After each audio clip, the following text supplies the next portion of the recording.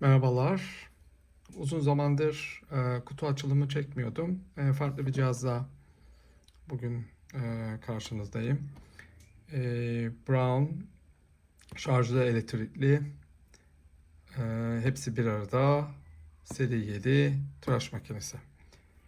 Cihazı aldım çünkü yani her erkeğin ihtiyacı olan standart bir cihaz. Kullanmadan önce de bir kutu açılımı yapayım dedim. Benim ilk Brown marka cihazım.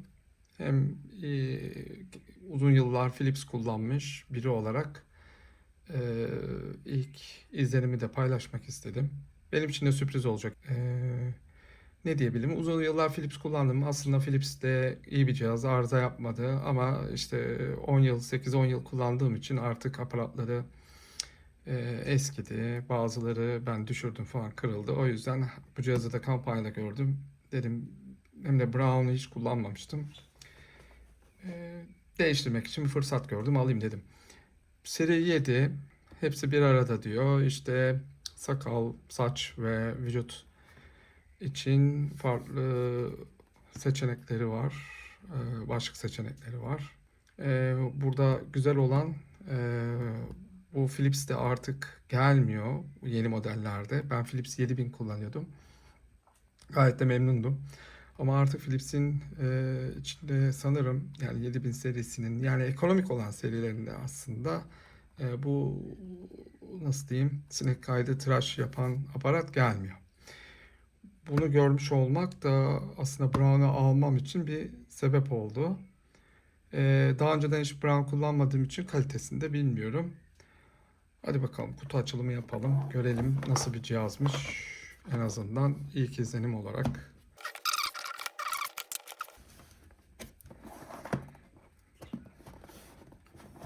İlk defa Brown aldım. Biraz sanırım şu şekilde açılıyor. Yani bir kullanım kutusuyla gelmiş. Gayet şık. Güzel. Brown etiketi var. Güzel görünüyor. Şunu şimdi kenara alıyorum. Şu küçük kutularda neler var? Onlara bakalım. Evet, plastik taraklar. İşte bu artık Philips'in vermediği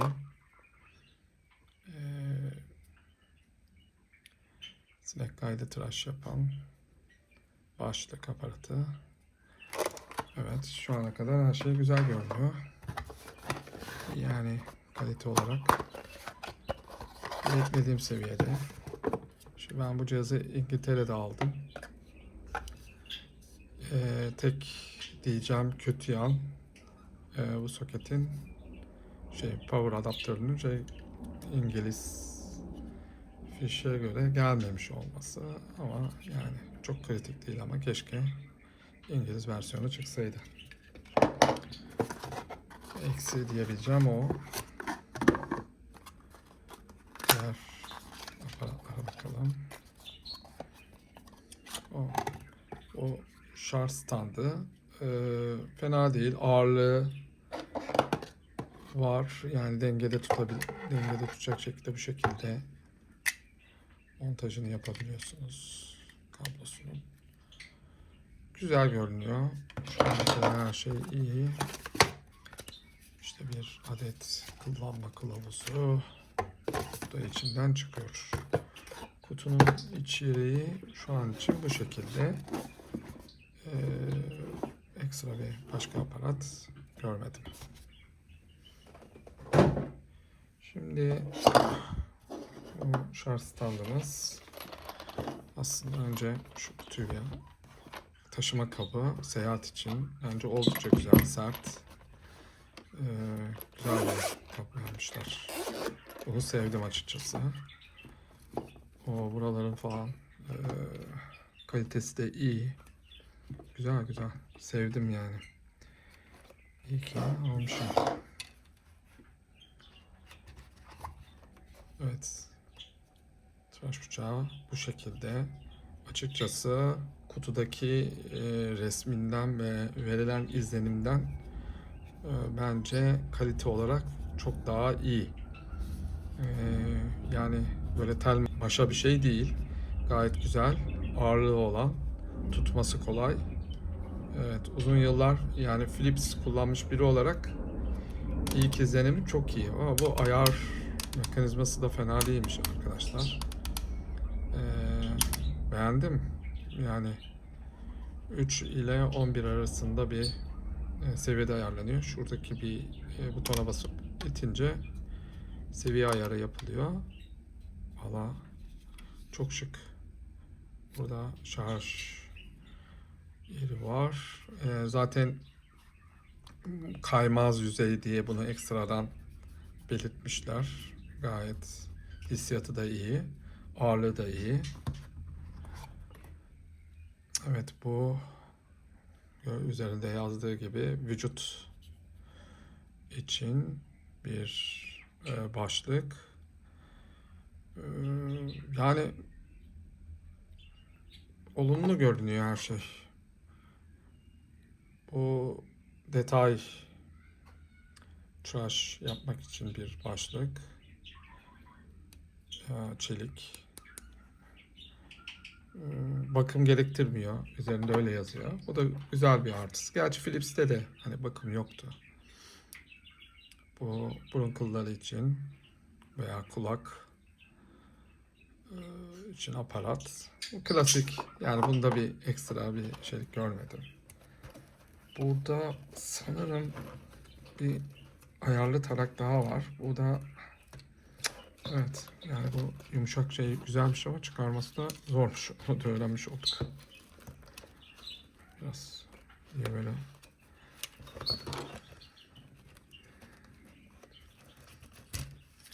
Evet. Bir temizleme fırçası. Bu arada yani cihaz gerçekten güzel bir cihaz arkadaşlar. Hani Philips mi Brown mu diye arada kalırsanız yani şu an ben yaptığım tercihten çok memnun kaldım. Tabii kullanmadan bir şey söylemek çok zor ama yani en azından görsel hissiyat olarak oldukça iyi. Bu temizleme fırçası. Bu saç için ayarlı kısım. Gayet malzeme kalitesi yerinde. Burada ne var? Bakalım. Bunlardan bir şey çıkarmak zormuş bu arada. Yani öyle basit gibi görünüyor ama. Burada yine şeyler, taraklar. Farklı boylarda kesim yapmak için. Evet. Burada. Evet, bu vücut için koruyucu tarak diyelim. Evet. Buraya herhalde kabloları koymak için bir alan bırakmışlar. Yani şu haliyle oldukça başarılı.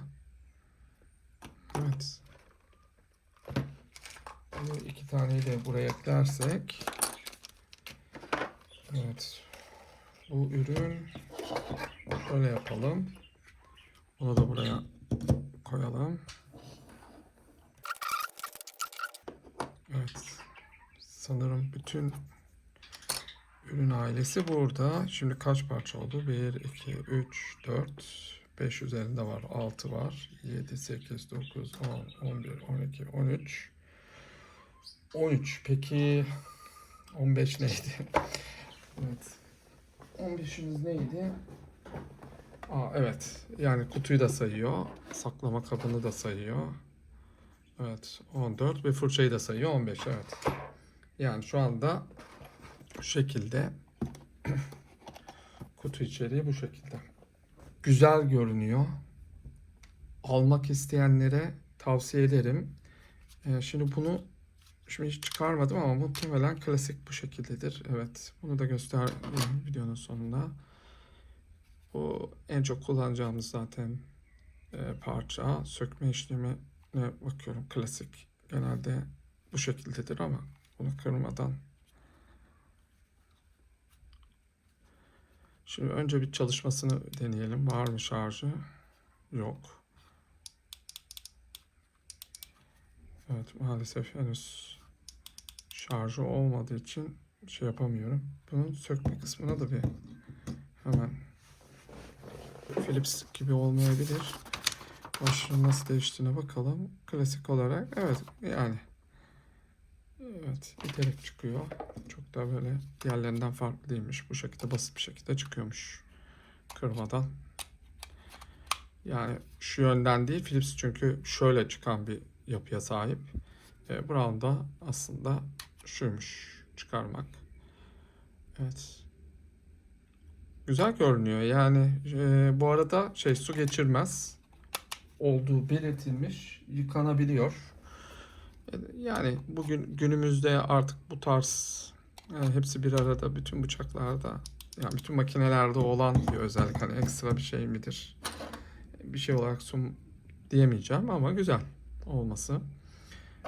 Şu saç aparatını da bir deneyelim. Takması kolay. Ayarı kolay. Gayet güzel. Yani cihaz şarjı gelmediği için şimdi çalıştıramadım. Ee, Benim de şu anda prizlerim İngiliz olduğu için yani takıp şarj edemiyorum da. Çünkü bir adaptör yok henüz. Yani şurada masamda yok. Evet. Almak isteyenler için kesinlikle tavsiye ederim. Yani 8-10 yıldan fazla Philips'in 2 modelini kullandım. Philips'ten de çok memnundum. Yani bugüne kadar bozulduğu için veya arıza yaptığı için değiştirmiyorum. Sadece bir değişiklik olsun istedim. Ama aldığım cihazdan şu an için çok memnun kaldığımı söyleyebilirim. Gayet eee, güzel ve kaliteli görünüyor. Bakalım, eğer kullanım sırasında ekstra memnun kaldım ya da hiç memnun kalmadığım bir durum olursa bunu mutlaka eklerim. Ama yani standartsa da hani çok şey yapmaya gerek yok. Çok da artık abartmaya gerek yok. Sonuçta bir elektrikli tıraş bıçağı. Umarım almak istiyorsanız bu tarz bir tıraş bıçağı veya alma dönemindeyseniz faydası olmuştur. İzlediğiniz için teşekkürler. İyi günler.